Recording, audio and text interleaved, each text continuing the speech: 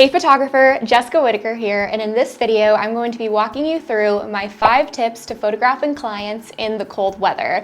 I've shot in New York City winters, so I know that it is cold out there, but it doesn't mean that your clients won't be booking you. Here's what I do to prepare my clients for the cold and to keep them comfortable on location. Before we get into the video, I want to thank my sponsor Skillshare for making this free video possible. Skillshare is an online learning community with thousands of inspiring classes for creative and curious people. On Skillshare, you're able to explore new skills, deepen existing passions, and just get lost in creativity. Skillshare is curated specifically for learning, meaning that there are no ads, and they're always launching new premium classes so that you can stay focused and follow wherever your creativity takes you. And Skillshare is less than $10 a month with the annual subscription. When I'm recording this video, it is the new year, we're going into 2021, and I know that a lot of us like to hit reset on our goals. And so a class that I've been enjoying is taught by Nikki Henderson, who is a copywriter at Asana. Her class is called Project Management in Real Life, Simple Workflows to Achieve Your Goals. With Nikki's class, she teaches you how to take your project ideas and turn them into reality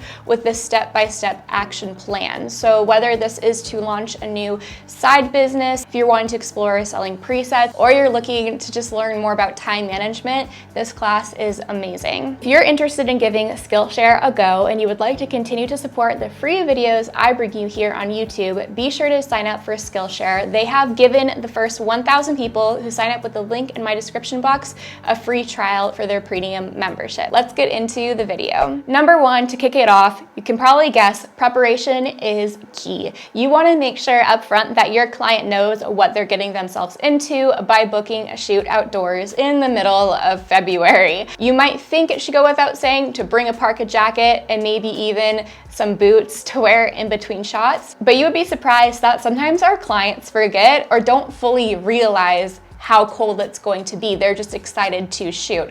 So it's your responsibility as a photographer to prepare them for the cold by reminding them to bring a down jacket, to bring maybe a blanket, some boots to wear in between photos, as well as letting them know a modified timeline. You want to make sure that you are accommodating for little breaks in between each shot, which is my second tip, to take lots of breaks. Whether this is warming up in your car or in a coffee shop, you want to make sure that you are allotting the appropriate amount of time for them to warm up. Some clients might be able to power through and be unaffected, but others might not be able to operate in 20-degree weather. Would you imagine that? Or maybe one of your clients are fine with it, but maybe their partner is annoyed and they're cold and they want to end the shoot. Giving them breaks in between is going to be key to keeping them warm. And I would also encourage you in the preparation element to suggest for them to bring some snacks, some water. Maybe you'll even get some coffee during one of the breaks. With that all being said, you want to make sure you're not spending too much time inside because your client will lose the motivation to go out and finish the shoot, which brings me to my third point. If you have an indoor location, save it for last. It's so much easier to go from cold location to warm versus cold, warm, cold, because chances are if it is that cold outside, your client is going to lose motivation once they get inside the warmth, which in theory would totally be fine. They want to end the shoot, they're the client, no problem. However, they might regret it later, and we don't know if there could become a difficult situation that arises, that they're upset they didn't get all the images that they were promised or expecting because of their decision to end the shoot. So it's important for you as the photographer to plan your timeline accordingly and to save that warmer location for the very end.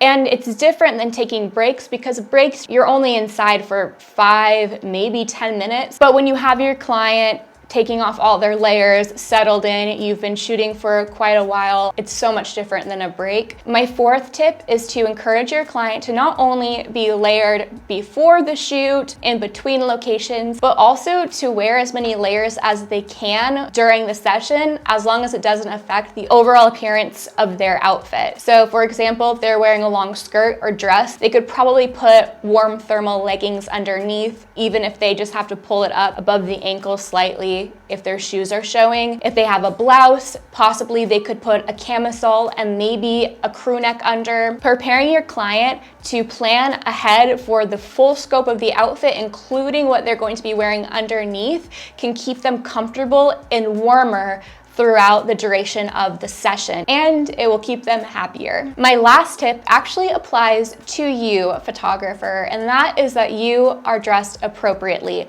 Make sure that you're wearing gloves, make sure that you have a hat, a scarf, a warm jacket, and make sure that you're wearing the appropriate shoes and socks.